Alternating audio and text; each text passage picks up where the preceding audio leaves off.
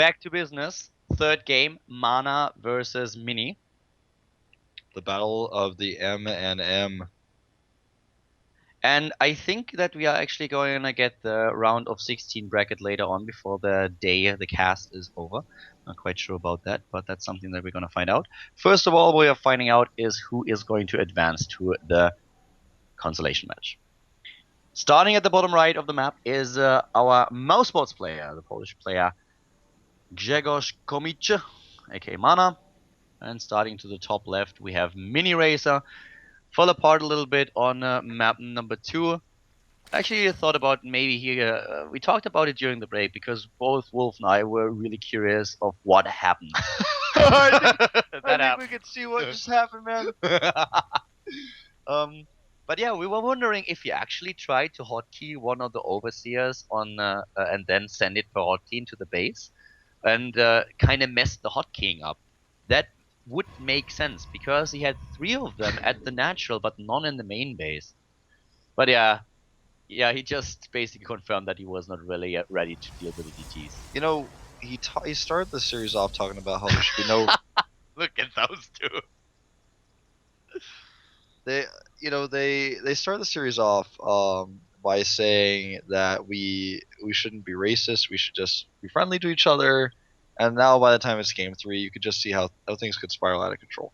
They are loving each other. Yeah. Zerg In the truest way possible.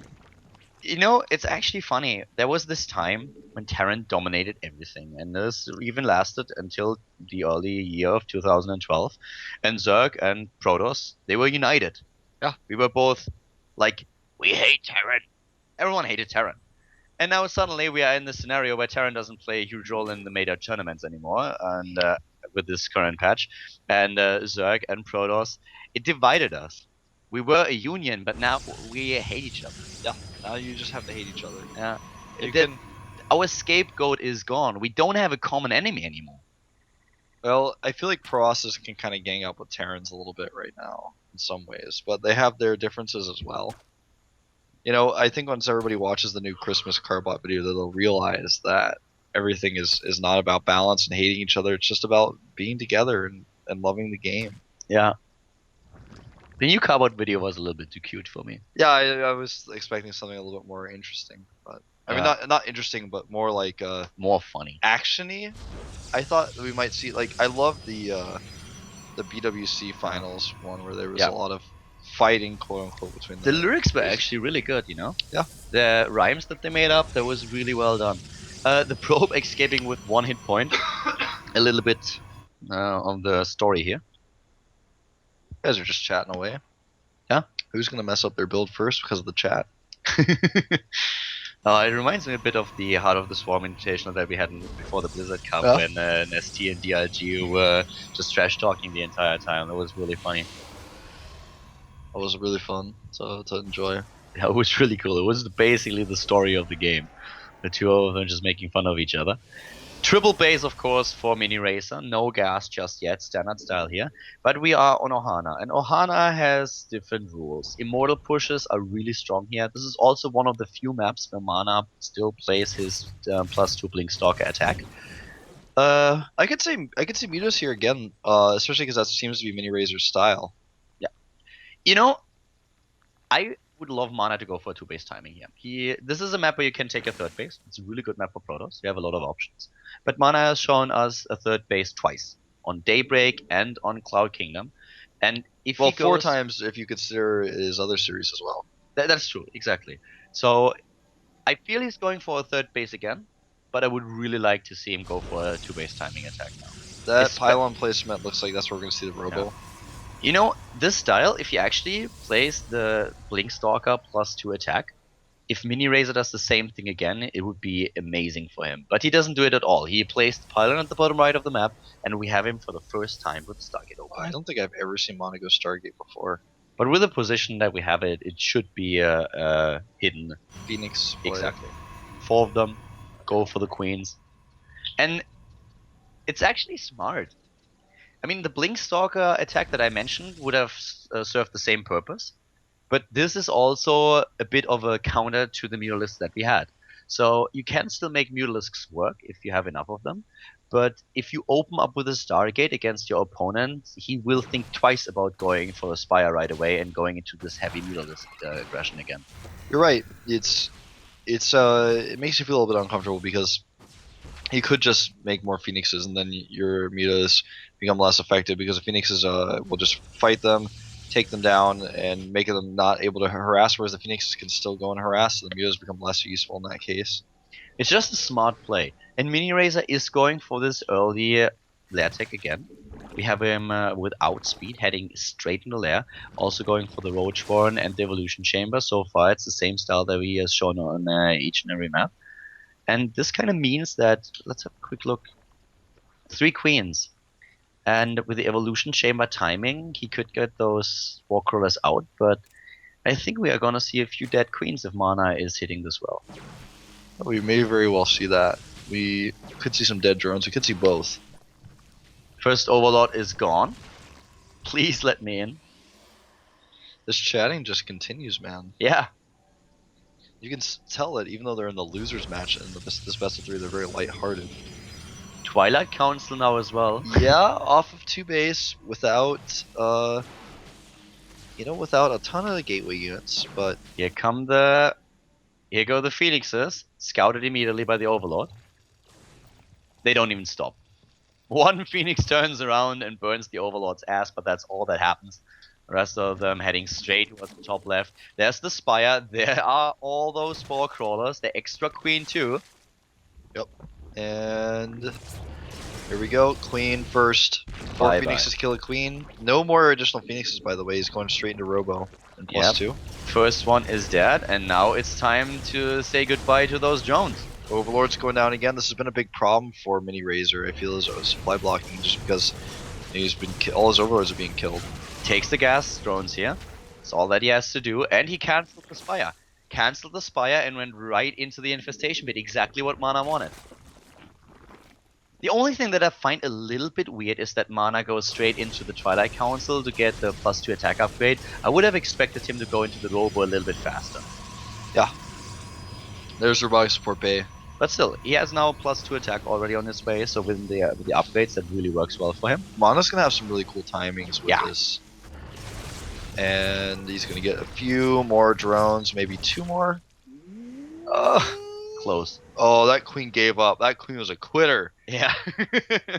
But actually, for Mana, really great. His idea really worked. That Phoenix is like, I'm out of here. I'm out of here, guys. This is a little bit too dangerous for me. Smart play. Mana playing this really well this game, making sure that his opponent doesn't go into Mutalisk.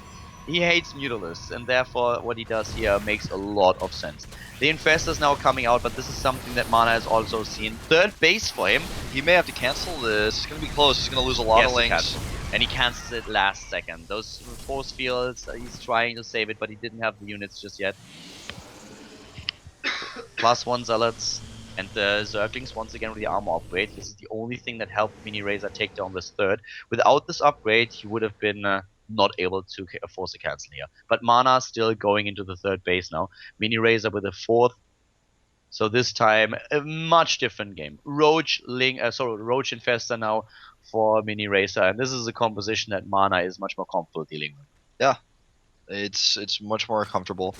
Feels like a more normal situation. He has just all those timings that he used against Stefano as well. And these timings are really strong. So Miniraser has to be very careful.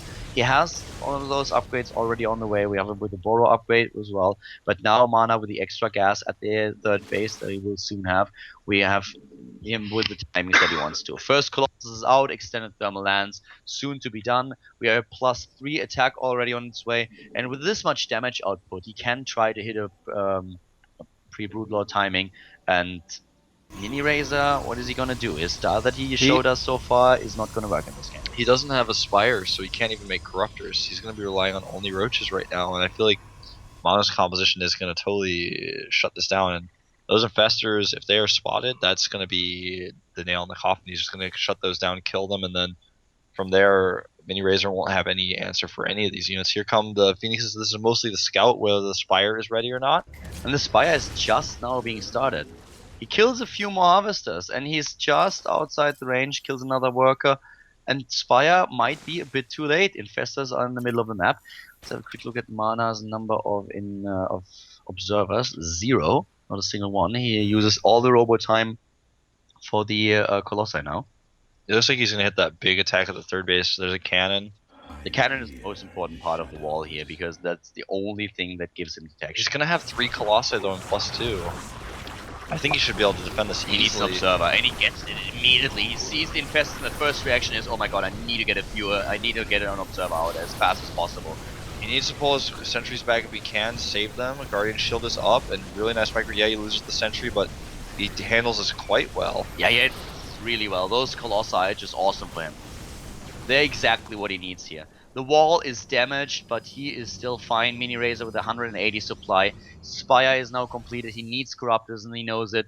Mana is going straight back into Colossi production after he has the first observer out, and now he's trying to hit a time. 4 more infestors coming out as well. Those infestors are going to be, of course, to replenish the energy. Yeah, he's building up energy on the infestors from that attack. He needs a few more to defend a counterattack. I'm a little bit surprised that Mana doesn't start to lift a few roaches here, just for the loads. Yeah, I mean, he's got a 200 energy, and I don't blame him for saving it because he wants to use on the infestors, but he could have. That's just 4 less roaches. Oh wow, here we go. 1 infestor, 2 infestor.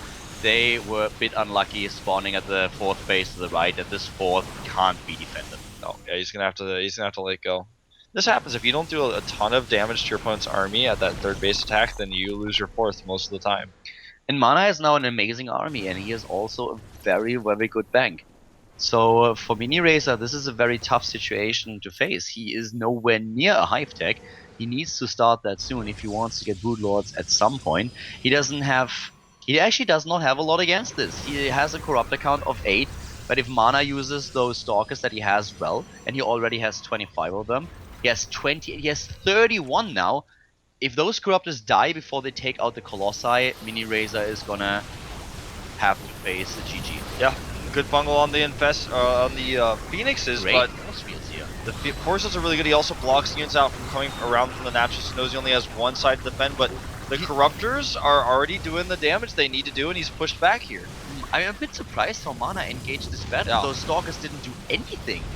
I think he could have been a little bit more patient with his Colossi and waited for the infested Terrans to be dropped while he starts going for the Corruptors, but nonetheless, he's even in supply, and the infested Terran energy is mostly gone. He still has the momentum going, but those Stalkers were behind the Colossi and didn't do damage. Everything was shielded by the force fields. If he would have walked a little bit forward with those Stalkers, he could have taken down so many Colossi, maybe he could have saved them. So many Spur Crawlers here, but Mana has Mana an amazing lead here. All the infestors are vulnerable.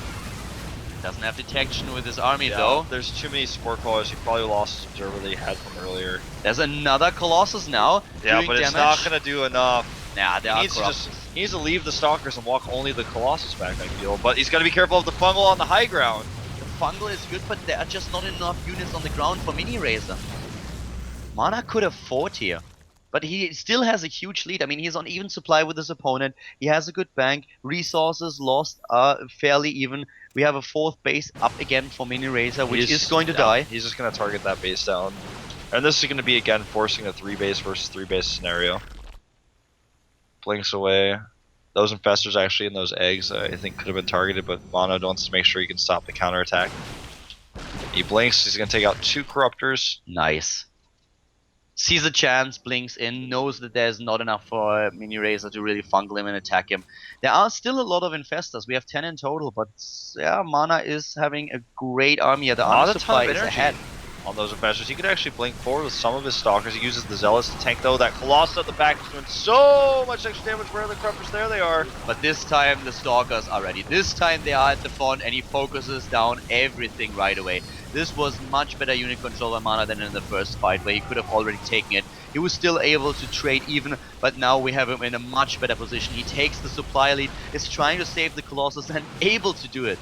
Yep, now he's going to keep able to push that advantage he has. I think that Miniraser may be in trouble here. 18 hit points left on that Colossus. Drones going down, running from the 4th.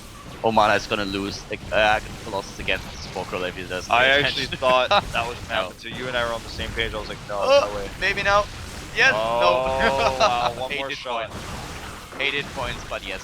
Miniraser now once again on even supply, trying to make it happen somehow. He will push this back actually, but he's running out of options here. He has a problem against those Colossi, and he's trying to close the distance to one of them, takes it down, but the problem is that Mana's damage output is just amazing, and he warps in more and more units, and Miniraser is starting to have a bit of a problem with his lava. Yep, now he's going to actually camp these hatcheries. He's got a great position on top of both ramps. And this time, Miniraser can't reinforce. Every unit that comes on this hatchery is going to die. He should probably cancel those. The Infestors are burrowing in, fourth base for Mana. Not a lot of energy on those Infestors, though. Yeah, the Colossi escapes the Tiger. Now he can force fit them out. No, he actually can't. He doesn't have the energy. No, not quite. But he controls the funnel. He's got a Warp Prism, though, and that could change things. The Warp Prism by accident. Yeah, I was about to say, I don't think that's intentional. Looked awesome, though. He controls the final point. Miniraser still fighting like a boss. The guy is still on even supply. But if those hatches die, then he won't have the lava anymore. Once again, the infested Terrans are being used. Those infestors are doing a great job. There are 12 of them, and that's the lifeline of Miniraser. But now he's losing the macro hatches. Mana is still going strong. Has the fourth base now. Is ahead in economy, ahead in overall supply. And he has so many Stalkers, He's got so many Stalkers. And I bet Miniraser is right now excited at the fact that Mana has not rallied another observer across the map to kill all these Infestors, because if he had an observer, all these Infestors would be dead. But still, he has such a lead in those Infestors. They are now out of energy. Now he's making the observer as well. He knows the Infestors can't hide forever. Yeah, the Infestor was killed earlier, and now there's the GG. Well played. Mana advances to well done, Mr. Greg. Good luck in the tournament. Mana advances to face MVP.